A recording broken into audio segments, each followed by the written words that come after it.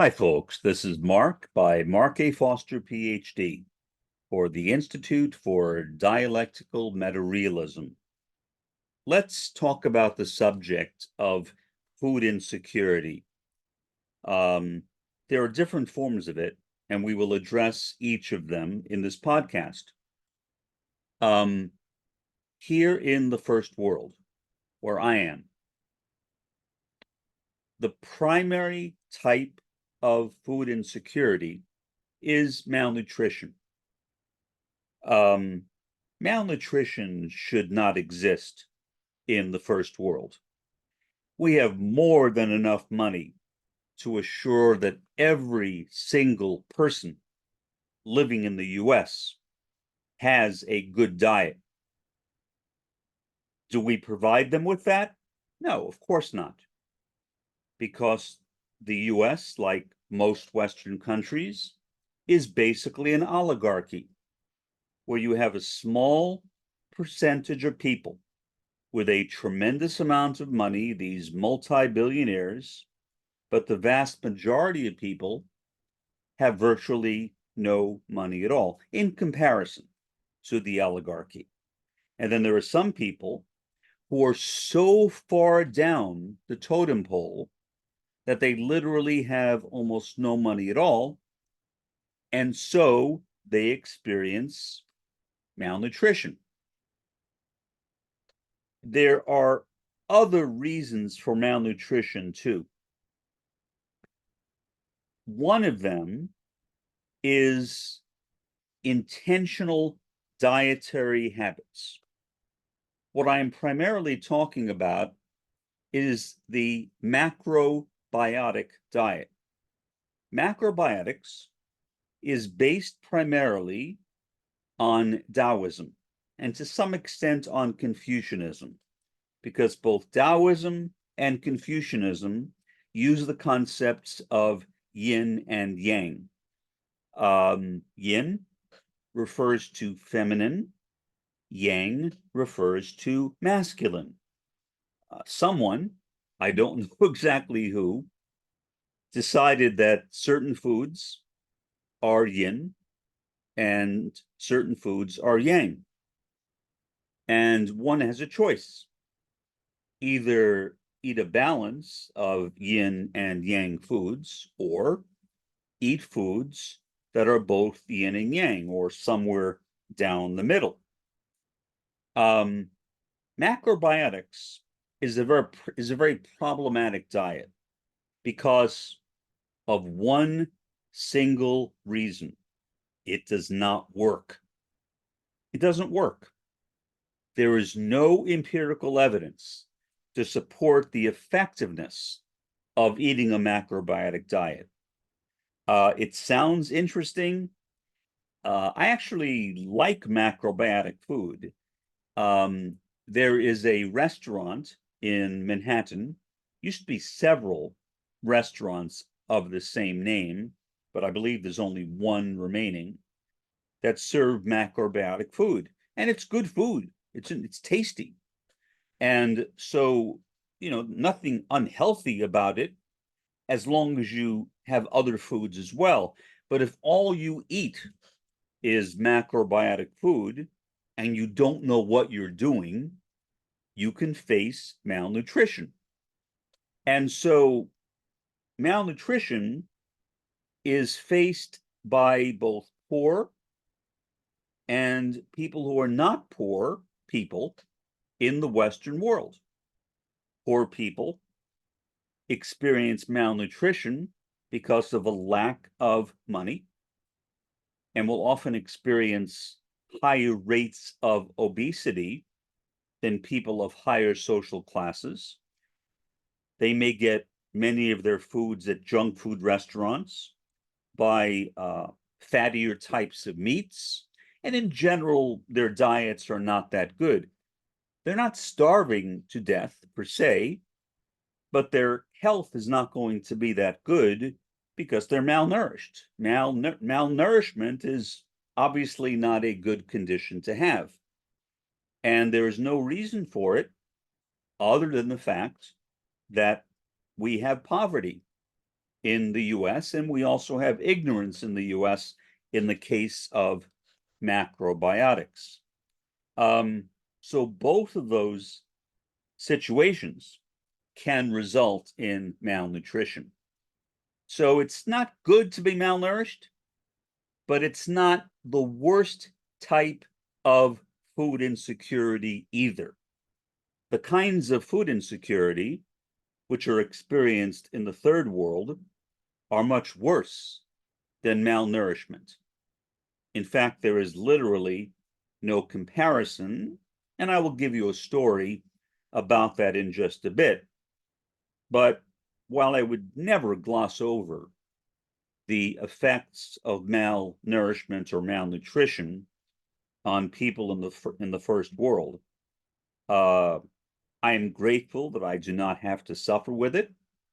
I'm grateful that I know what kinds of food to eat and that I have sufficient resources to be able to afford high quality foods. But there shouldn't be anyone in the US who is not like me. Everyone in the US. We are the wealthiest country in the world, should have a well-balanced diet. But sadly, that is not the case. So with the poor, the problem is a lack of sufficient resources to buy good quality foodstuffs. And with people who are not poor, who are on a macrobiotic diet, the problem is a lack of education, or in some cases, a kind of pseudoscientific belief that this macrobiotic diet is healthy, which it is not. Now, that is not to say that one can never eat macrobiotic foods. I like them. There is a macrobiotic restaurant in Manhattan. And whenever I am in Manhattan, where I was born, I will eat at that restaurant. It's very good. There's a lot of fish, etc. It is not strictly a vegetarian restaurant, although some people who practice macrobiotics are also vegetarians. One can eat meat on a macrobiotic diet, but then one needs to balance that with food on the other end of the spectrum so that one supposedly is eating a balanced diet, as a balanced diet is defined in macrobiotics, which is not really a balanced diet, if that makes any sense, because macrobiotics is an erroneous dietary system. It is not effective, and it is not healthy if it is used on a regular basis. Now, let's turn to the third world. The third world also has food insecurity, but it is food insecurity of a much different type. Starvation. Now, is there malnutrition in the third world as well? Yeah, just like there is starvation in the US, although it's rare, you also find malnutrition in the third world. But the primary problem in the third world, which I've seen firsthand, is not malnutrition. It is literally starvation. What is starvation? I used to wonder that. So I decided I would get more information about it. It's not a pleasant topic to study, really. I mean, people dying of starvation. I have seen that myself with my own eyes. And again, I'll tell you that story in just a bit. Because your body is receiving insufficient nutrition, your body begins to literally eat or consume itself. That's starvation. Your body eats itself up and eventually dies. One of the signs of starvation is a bloated belly. when I was in Congo, which was then called Zaire, I would see people who lived in the same neighborhood where I was with bloated bellies. And they look like, if you didn't know any better, like they are just overweight, but they are not. At least not overweight because they are eating too much. They are literally starved for food. And so it's a bloated belly is a sign of starvation. And when I would walk down the residential areas, the poor residential areas of Kinshasa, which is most of Kinshasa, I would see so many people with bloated bellies. First time I went into downtown Kinshasa with a companion, somebody I had just met, we were walking down the main street, a very attractive area, as long as you don't look down on the ground. Very pretty city.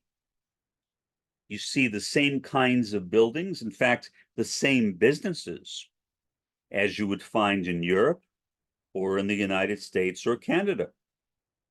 Kinshasa is the second wealthiest country, the second most expensive country in sub-Saharan Africa. So it costs a lot of money to live there. And yet most people who live there are poor. And so only a tiny percentage of people, I suppose you could call them an oligarchy, just as we have an oligarchy here in the US, a small percentage of people who have most of the money. Often they're called the 1%. Same thing exists, except on a much broader scale in Kinshasa. There is a 1%, or maybe it's even a smaller fraction than that, of people who can live a good life.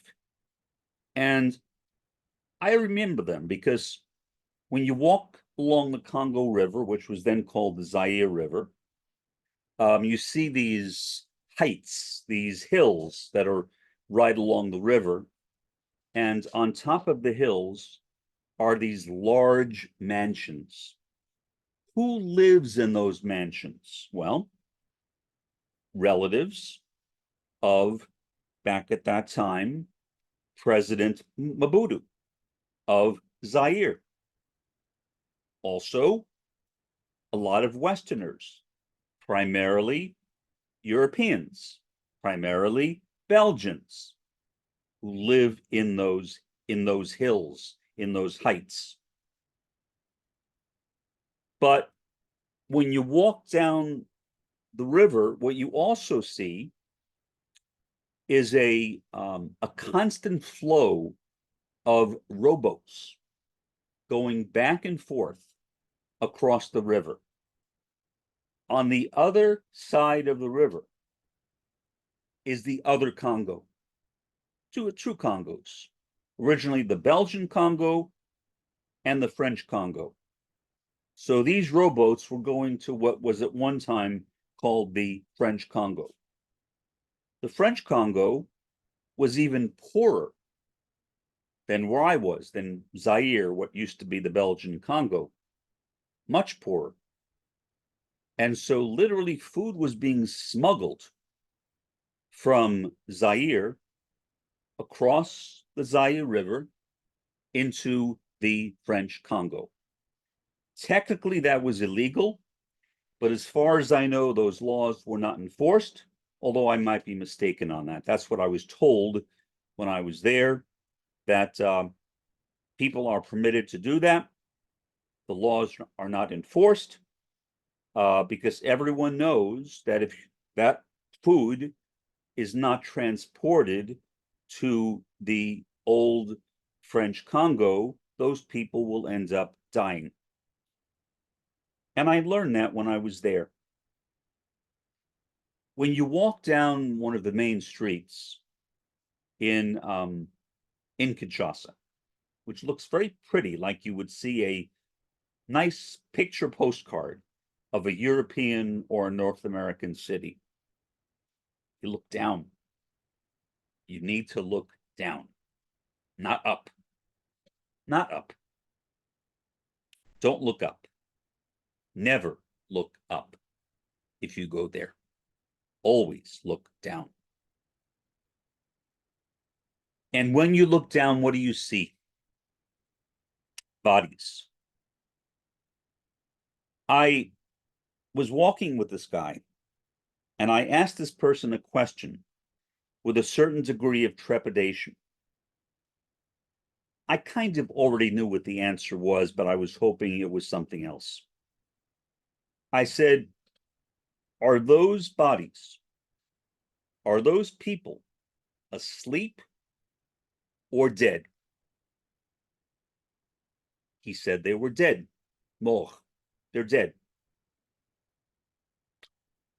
What do you say?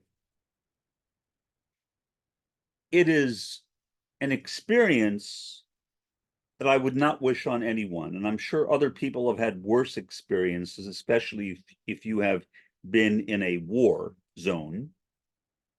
But I was not in a war zone. I was simply walking through the main business street of Kinshasa. And there were dead bodies in the street, people who had died of starvation. And there literally was no reason for it. Why? Because Zaire, now the Congo, is a very wealthy country, potentially. There are diamond mines in Congo. And the money from those diamond mines, if they were equitably distributed, could be used to alleviate that problem of starvation. Was it? No. The money went primarily to the oligarchy, to the wealthy. The poor remained poor. They had bloated bellies. Their bodies were consuming themselves from the inside out. And then every once in a while, they would simply drop dead and die. I can never get that image out of my head. It is one that will remain with me until my death. That is some of the worst of the third world. Not all of the third world is in that bad shape, but Kinshasa was. Kinshasa was the second most expensive city in sub-Saharan Africa, but also full of a lot of poor people, people who could not afford food. They literally could not afford food. It's not like, say, the US with its malnutrition, where there are poor people who cannot afford good food, and so they eat unhealthy diets. These people cannot afford food at all. Now, are there people like that in the US? In a way, but not exactly. Well, yeah, there are some people who generally die of starvation in the US, but it's a very small percentage compared to what you find in the third world. What you do find in the United States, which is superficially comparable to the starvation which exists in much of the third world, but it's not for the same reasons. And the effects are not exactly the same. And I'm not a dietary expert, so I really can't tell you exactly what those effects are. But if you have ever heard of the Mississippi dirt eaters, you know what I'm talking about. That sounds like a fictional story. It's not fiction. I wish it were fiction, but it's not. They are real people, poor people, who live in Mississippi, who believe, obviously incorrectly, that soil is food. They believe, well, soil is a nutrient for plants. Plants grow in soil. Therefore, soil must be a nutrient for human beings, which of course it is not. But they don't know that. The educational system in Mississippi is very, very bad. And so the problem, the reason why you have the Mississippi dirt eaters is because of a lack of education, primarily. Poverty is part of it. But with more education, these people might be malnourished, but they wouldn't be eating dirt and starving to death. They are the minority of Americans, or a part of the minority of Americans, who experience starvation. And it is entirely preventable simply if those people were told that they were not eating food. But sadly, they were not told that. I lived in Mississippi for 4 years. That's where I got my Ph.D. in sociology. I was there from 80 to 84. In retrospect, I wish I would have met some of those people, not to study them as a sociologist for academic purposes, but to help them, maybe to help educate them. I don't know what the state of that problem is right now, whether it's gotten better or worse. Maybe you know. If you know more about it, please leave a comment below this podcast. But since I don't know what the status of that problem is right now, I'm really not in a position to suggest any solution. But back then,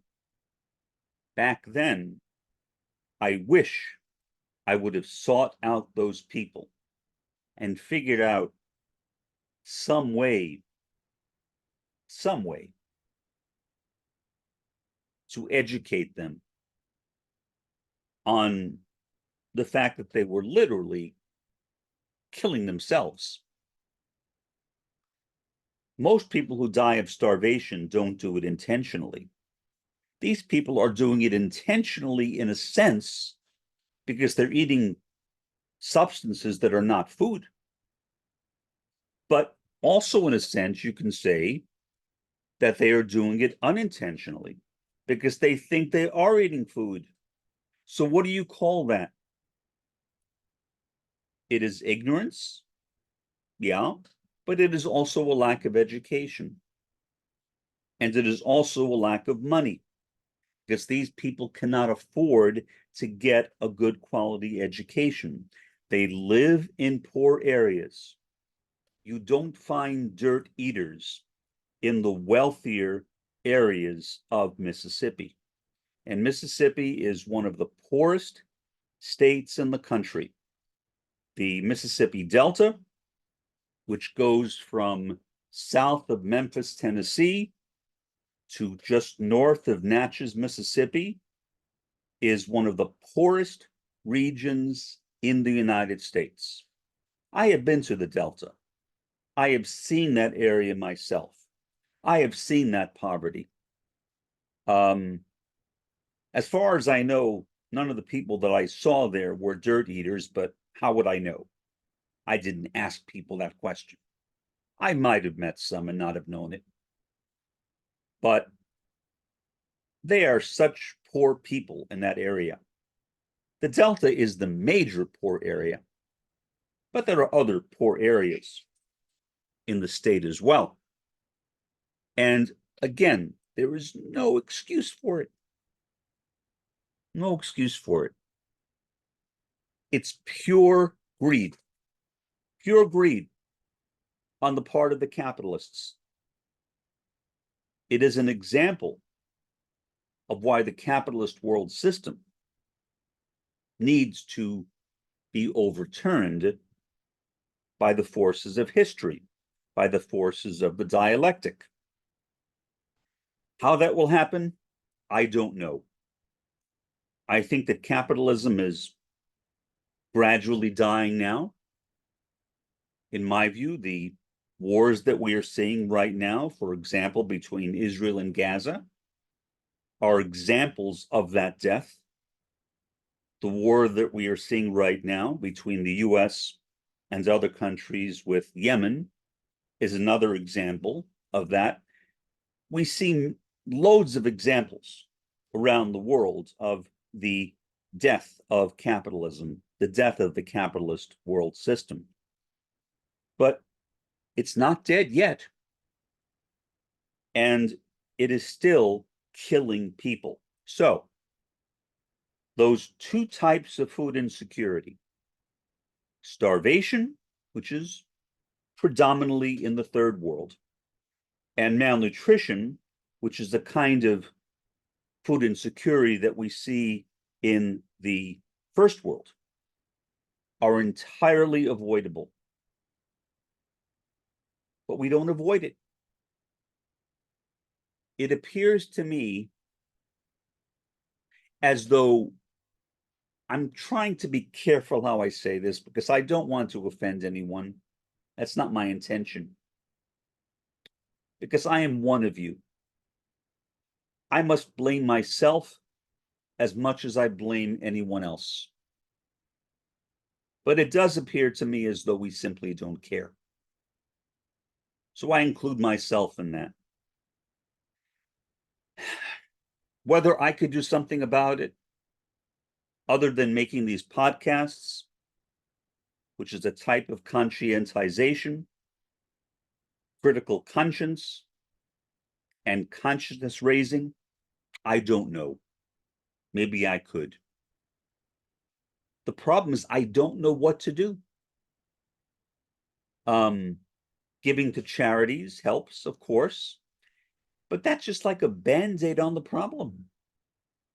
We can keep on putting one Band-Aid after another Band-Aid after another Band-Aid on the failings of the capitalist world system. But the capitalist world system will continue and will require increasing amounts of Band-Aids. So charity is good. Charity is wonderful. It's great to contribute to charities to help the poor, whether in the first or the third world. But it's not sufficient. Somehow, we need to watch the tragedy of the capitalist world system collapsing. And I say the tragedy because it's a lot of people are dying from it. Like the people in Gaza. They are an example of the death of the capitalist world system. In other words, the death of the capitalist world system has victims, human victims. One can only hope that after that capitalist world system dies, that the third world, I assume, although that is only a supposition, but I think it's a fair supposition, since generally it is the oppressed who arise to make changes, not the oppressors. And the primary contradiction of capitalism is imperialism. The US and the West, or the first world, are imperialistic. So it is doubtful that imperialists are going to correct a problem that they themselves benefit from. Why would they want to? So I think ultimately the burden will sadly, and I mean this sadly, fall upon the third world as if they didn't already have enough of a burden. But one more burden will be added to it. And it's not because anyone is forcing it on them. It's because, in a sense, that burden will be an opportunity to be the champions of a new socialist or communist world system. For the time being, this has been Mark by Mark A. Foster, Ph.D., for the Institute of Dialectical Meta-Realism. Have a pleasant day and an even better day tomorrow.